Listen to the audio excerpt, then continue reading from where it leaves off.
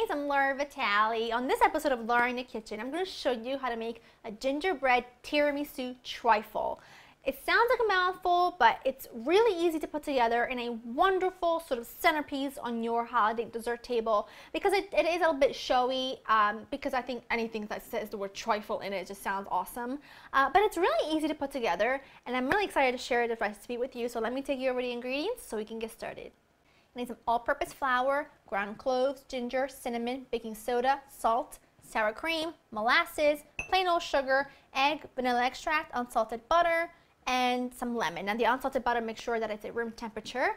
Now these are the ingredients you're going to need to make the actual cake part, the gingerbread, and then I'll show you how to make the filling and the syrup and all that, which is really easy to do. Now the first thing you want to do is get your oven preheated to 350. The second thing you want to do is take a 9 by 13 inch baking dish or baking pan, spray it with nonstick spray, lay it down with some parchment paper so that nothing sticks, and you're pretty much ready to go once that's all taken care of. So you've got your dry ingredients, put them all in a bowl, give them a nice mix.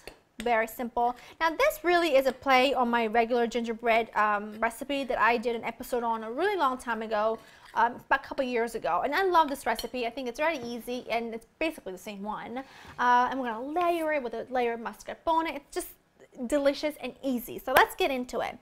Let's take our sugar and unsalted butter that's been at room temperature, and I'm going to cream these together until they're well combined. Add in the egg, molasses. Now, whenever you're working with molasses, make sure you spray your container that you have it in with some nonstick spray. It makes it come out a lot easier, and it doesn't stick all over the place like crazy. See, this just came out really easy. And we're going to add in the vanilla, and then I'm going to add in just a teeny tiny bit of lemon zest. Not so much that you taste lemon, but you know, if you know me, you know I love lemon with anything ginger, like in my ginger cookies, ginger pancakes, gingerbread pancakes. I think it offsets the heavy sweetness from the molasses. Again, you don't taste sort of bright lemon in your mouth, but it adds another note of flavor that I think is so fantastic, and you've got to try it. I mean, you're not going to add very much, just a little tiny bit. But it does go a long way, and it does do great things for it. So I suggest you add some in. I'm going to add half now, and then I'll save half for my filling. I'm just going to mix this together now until it's all really incorporated well. I'm going to add in the sour cream, and the sour cream keeps this very, very moist, and I love that. I think it's one of those ingredients that just really works in this. You could also use some yogurt if you couldn't find sour cream. Just mix it all in. Let's add in the dry ingredients. And I'm just going to mix this long enough to incorporate the dry ingredients well, but not over mix it because I don't want to develop the gluten. So off I go. That looks great. Just going to pour the batter into my pan that's prepared with the parchment paper. That looks good. Just gonna there you go, because that was bothering me that it wasn't flat. So this is gonna go into my oven preheated at 350 for about 25 minutes or so, or until the cake is totally cooked. Then I'm gonna let it cool completely, and I'll show you the next step. My cake is completely cool, so now we're ready to move on to the next step, which is making the syrup and making the mascarpone filling. So for the syrup, this is how easy it is. You need some water. It's coming up to a simmer, a light boil. I'm going to put in, it's a ginger tea bag. I'm going to put that right in. I'm going to let that sit there and steep for a few minutes, and then we're going to continue with the rest of it. So for now, let's get on to showing you what you're going to need. It's just really simple. You're going to need some sugar, heavy cream, mascarpone, lemon, vanilla extract. Those are your ingredients to make the actual filling, which is really the filling I make for my regular tiramisu. So that's easy. It's very simple. The first thing I'm going to do is actually whip my cream. I want this to have nice stiff peaks, so I'm going to do it with my handheld electric mixer. My tea steeped for a few minutes, so I'm just going to take that out because now it's time to add in my sugar, because what we're essentially making is a ginger flavored simple syrup, which is just equal parts water and sugar. I'm going to get that to come to a boil. I'm just going to cook it long enough for the actual sugar to dissolve. Now we're going to get ready. I got the heavy cream that I whipped up in the fridge because you want to keep that cold until the last minute. And now we're going to work on the mascarpone. Don't be silly like me and open up 2 packages of mascarpone when you only need 1. I'm not quite sure why I opened 2, but that's okay. I'm going to put this into my bowl. And then to that, I'm going to add in my sugar. And then the reserved lemon zest that we had from putting some into the actual gingerbread. So give that a good grate. I'm going to add in the vanilla. You need some vanilla. And then I'm just going to mix this until it's nice and creamy and well combined as well. Okay, that's ready. Let's add in the cream that we whipped earlier.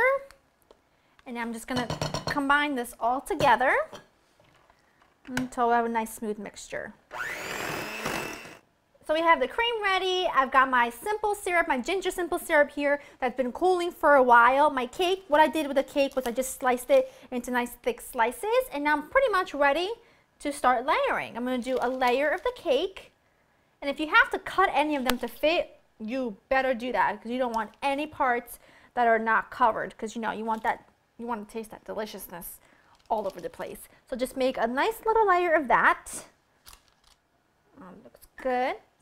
I'm going to take some of my simple syrup and I'm just going to drizzle it over the top of the cake. Looks so good already. It smells 10 times better than it looks. Just got to trust me on that. And then I'm going to take some of my filling and just make a nice smooth layer on top. And then just make another layer of exactly the same thing. You're looking for 3 layers of the cake, 3 layers of the simple syrup, and 3 layers of the cream. And you end up, the cream on top. That's it. That simple and that easy. I mean, can't get any easier than that. And the great thing is, this is a great dessert to make ahead of time. Like for example, this needs a bit of time to set in the fridge. It needs about, and I'm going to put it in there overnight. But if you don't have overnight, if you don't want to put it in there overnight, you can do it in 2 days in advance. So it's great for the holidays because you don't have to sit there having so much to do on the day of. So I'm going to do one last layer and then I'll show you how to finish it. Trying to get it as smooth as possible. That looks good. This is a great, I'm telling you, this is a great, great dessert. And I think anything that's like made in abundance like this, like a big trifle or a big casserole of something, just screams like homey and comfort and, I don't know, really welcoming in my opinion. All right, that looks good. And then I just like to top it with some chopped crystallized ginger. Just because we have, the ginger theme going on, I feel like it's a really, really good idea to top it with some crystallized ginger and also texture as well. That's it. Now this all needs to be done. It needs to go into the fridge overnight and that will be the end of it. And then I'm going to leave off now because there's nothing else to do to this except for cover it, put it in the fridge overnight. If there was any other steps that I definitely share with you, but this is it. It's simple, it's delicious, it's a crowd pleaser. You can make it in advance, so it's really easy to do on your holiday. That's it. I'm going to, I love the cream. I'm going to leave you now. I'm going to pop this into the fridge because I have company coming tomorrow. I hope you guys have enjoyed spending time with me. Go to laurainthekitchen.com to get the recipe, and I'll see you guys soon. Bye-bye.